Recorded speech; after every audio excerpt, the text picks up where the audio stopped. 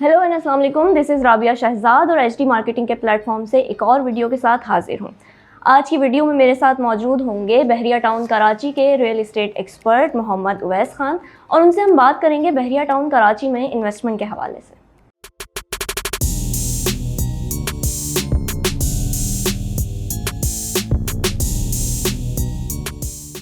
अच्छा वैसे सबसे पहले मैं आपसे ये पूछना चाहूँगी, बहुत इंपॉर्टेंट क्वेश्चन है। अक्सर लोगों के दिमाग में सवाल आता है कि भाई सुपर हाईवे की तरफ हम जब जा रहे हैं तो सुपर हाईवे पर बहुत सारी सोसाइटीज़ मौजूद हैं, तो वाई चूज़ बहरिया टाउन? देखिए, सुपर हाईवे पे इस टाइम बिल्कुल बहुत सारी सोसाइटीज़ मौजूद हैं। अगर आप सुरापुर से बात करते हैं और नूरियाबाद तक की, तो जितनी भी सोसाइटीज़ हैं इसमें तकरीबन 95% सोसाइटीज़ ऐसे हैं जिसमें आपका ऑन ग्राउंड प्लॉट भी है। मतलब प्लॉट की फाइल ज़रूर है, प्लॉट आपको जो है वो मैप पे एक दिखा देते हैं कि भाई ये लोकेशन प्लॉट का है। जब आप उस प्लॉट पे ऑन ग्राउंड जाने की बात करते हैं तो कोई ऑन ग्राउंड प्लॉट नहीं है वहाँ पर, यानी कि इंफ्रास्ट्रक्चर उसका सिर्फ गेट के हद तक बना हुआ है, आगे उस सोसाइटी में काम चल रहा है अभी इस टाइम ऑन ग्राउंड कोई प्लॉट। और इसके अलावा अगर बात करते हैं कि बहरिया को ही क्यों चूज़ करें, तो आप जितनी भी सोसाइटीज़ देखते हैं उसका इंफ्रास्ट्रक्चर में भी बहुत काम आती है। फिर बहरिया से इसको अगर आप कंपेयर करते हैं तो बहरिया का इंफ्रास्ट्रक्चर ऑलमोस्ट 95% कंप्लीट हुआ है। सही है। बहरिया के अंदर अगर आप बात करते हैं कि जो आपको प्लॉट की फाइल मिलती है, जो प्लॉट आप ऑन मैप देखते हैं, उस प्लॉट पे आप ऑन ग्राउंड भी जाकर खड़े हो सकते हैं कि मेरा ये प्लॉट है। इसी तरह अगर हम इसको कंपेयर करते हैं किसी और सोसाइटी से, तो वही जैसे मैंने आपको बताया था कि इसके अंदर ऑन ग्राउंड आप अपने प्लॉट पे नहीं पहुंच सकते क्योंकि काम बाकी है। इसके अलावा अगर हम बात करें कि बहरिया को ही क्यों चूज़ करें, तो इस सोसाइटी के अंदर तमाम तर एमिनिटीज़ मौजूद है। अगर इसके अलावा हम बात करते हैं हॉस्पिटल की, तो वर्केबल कंडीशन में है, वहाँ पेशेंट्स आ रहे हैं और तमाम तर सहूलियात मौजूद हैं उस हॉस्पिटल के अंदर और सब चीज़ वर्केबल कंडीशन में है। इसके अलावा अगर हम बात करते हैं बहरिया के अंदर मस्जिद बन गई है, वो तमाम मस्जिद आबाद हैं, लोग आ रहे हैं, वहाँ नमाज हो रही है। इसके अलावा और भी अगर चीज़ें मैं आपको बहरिया के अंदर बताऊं कि क्यों हम बहरिया को ही चूज़ करें, तो एमिनिटीज़ की तमाम तर सहूलियात मौजूद हैं, कमर्शियल गैलरीज बन गई हैं, तमाम तर ज़रूरियात ज़िंदगी की चीज़ें इसके अंदर मौजूद हैं। यानी कि अगर आप एक छोटी चीज़ दूध दही की बात करते हैं, वहाँ से लेकर एक अपने रोज़मर्रा की ग्रोसरीज़ की बात करते हैं, तो तमाम तर सहूलियात मौजूद हैं। बड़े मार्ट्स इसके अंदर मौजूद हैं। और इसके साथ साथ अगर हम बात करें तालीमी लिहाज से कि बहरिया को ही मतलब तरफ अगर हम आते हैं, तो तालीमी लिहाज से इसके अंदर स्कूल्स, कॉलेज, यूनिवर्सिटीज़ तमाम तर मौजूद हैं और वहाँ स्टूडेंट्स आ रहे हैं और वो भी स्टार्ट हो चुका है, अपनी वर्किंग स्टार्ट कर चुके हैं।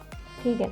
अच्छा, अगर बहरिया की मार्केट के बारे में बात करते हैं वैसे, तो रमज़ान के महीने में हमने देखा था कि मार्केट में एक स्लो डाउन आया था, तो इस वक्त मार्केट की क्या पोजीशन है आपके ख्याल में?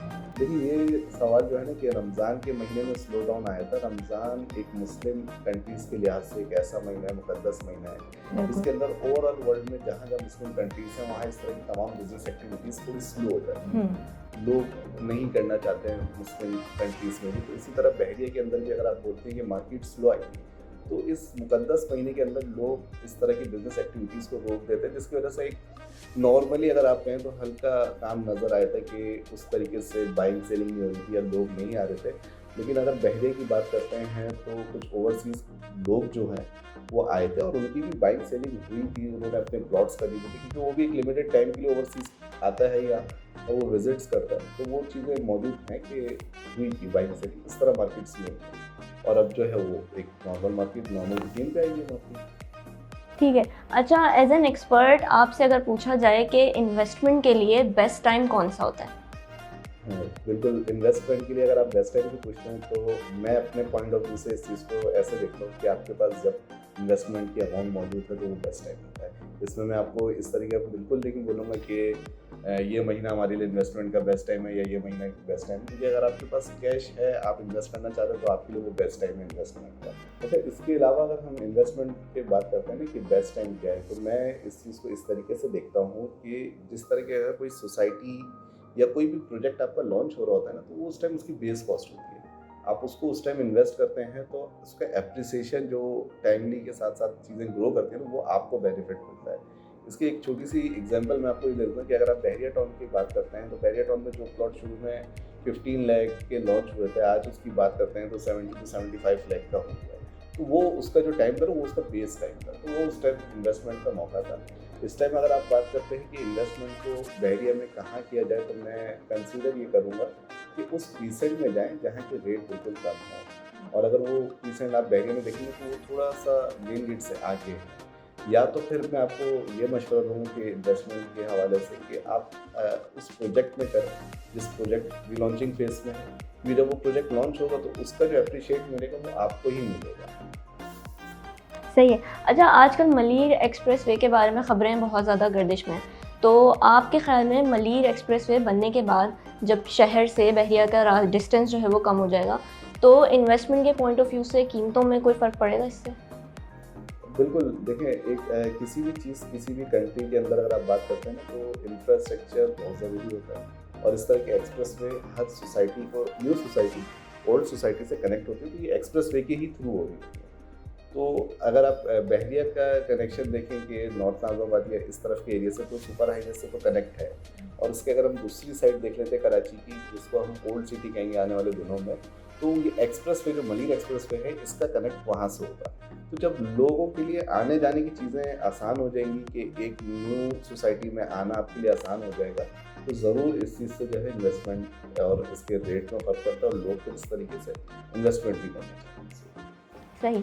अच्छा, एक आखिरी सवाल आपसे मैं करना चाहूँगी कि एज एन एक्सपर्ट आप हमारे क्लाइंट्स को क्या एडवाइस करेंगे जो कि अभी इन्वेस्ट करना चाहते हैं, कि उनको प्लॉट्स में इन्वेस्टमेंट करनी चाहिए या किसी प्राइवेट प्रोजेक्ट में इन्वेस्ट करना चाहिए? देखिए, फिर ये तो इन्वेस्टमेंट पॉइंट ऑफ व्यू से वही बात है ना कि आप इसको किस पॉइंट ऑफ व्यू से देख रहे हैं। अब कुछ लोग जो करना चाहते हैं ना, वो देखते हैं कि हमें प्लॉट फिजिबल है तो वो प्लॉट की तरफ जाते हैं, और फिर यहाँ पर मैं आपको वही बताऊँगा कि बेस कॉस्ट को देखते हुए आप इन्वेस्ट करते हैं। आप एक ऐसी चीज़ पर इन्वेस्ट करते हैं जो अपने पहले ही एक पीक है वहाँ पर आ गया है, और आप सोचते हैं कि मैं इसके अंदर इन्वेस्ट करूँ और इससे मैं एप्रिसिएशन या गेन ले लूँ, तो ये एक टाइम टेकिंग पीरियड बन जाता है। तो इसको मैं इस तरीके से रेकमेंड करूँगा कि जो प्रोजेक्ट्स चल रहे हैं बहरिया के अंदर या किसी भी जगह पे आप जाते हैं, तो उस प्रोजेक्ट के अंदर आए जो प्री लॉन्चिंग फेज़ पे है या अभी लॉन्च होने वाला है या लॉन्च हो गया है, तो उसके अंदर आप जब भी ज़ाहिर सी बात है कोई चीज़ इन्वेस्ट करते हैं तो वो एक इन्वेस्टमेंट आपकी बहुत छोटी होती है, क्योंकि आप एज अ डाउन पेमेंट आ रहे होते हैं। मतलब ये नहीं कि आप उस चीज़ को खरीदने के लिए पूरी कीमत दे रहे हो, तो जब एज अ डाउन पेमेंट आते हैं तो आपकी इन्वेस्टमेंट बहुत छोटी होती है, फिर आपकी इंस्टॉलमेंट चलती है। तो अगर कंपेयर करते हैं प्लॉट के साथ, तो मुझे ये चीज़ लगता है कि बेहतर है कि आप प्रोजेक्ट की तरफ आते हैं, ताकि आपकी इन्वेस्टमेंट भी बहुत कम होती है, बाकी जो आपकी टोटल कॉस्ट है वो आप इंस्टॉलमेंट बेसिस पे दे रहे होते हैं, और एट द एंड जब वो फाइनल डिलीवर आपको हो रहा होता है तो जो उसका फ्रूट है, जो उसका बेनिफिट है, वो इन्वेस्टमेंट के लिए आपको ही मिल रहा होता है। इसी तरह अगर आप किसी प्लॉट पे भी जाते हैं तो मैं आपको ये कंसीडर करूँगा कि उस प्लॉट को या बहरिया के अंदर उस प्रीसेंट में देखें जहाँ रेट अभी इस टाइम बिल्कुल बेस कॉस्ट के करीब है, यानी कि कम रेट है। यानी कि बहरिया की लॉन्चिंग अगर 125 की फाइल की बात करते हैं, प्लॉट की बात करते हैं, तो वो 15 लाख 16 लाख की फाइल थी। तो जो इसके नियरेस्ट अमाउंट पे जिस प्रीसेंट में आपको मिलता है प्लॉट, तो आप वहाँ पर आ जाए प्लॉट में, या तो फिर आप वही प्रोजेक्ट में आ जाएँ, तो ये आपके लिए बेनिफिट है। Thank you so very much Owais, आपने हमें अपना कीमती वक्त दिया। Thank you.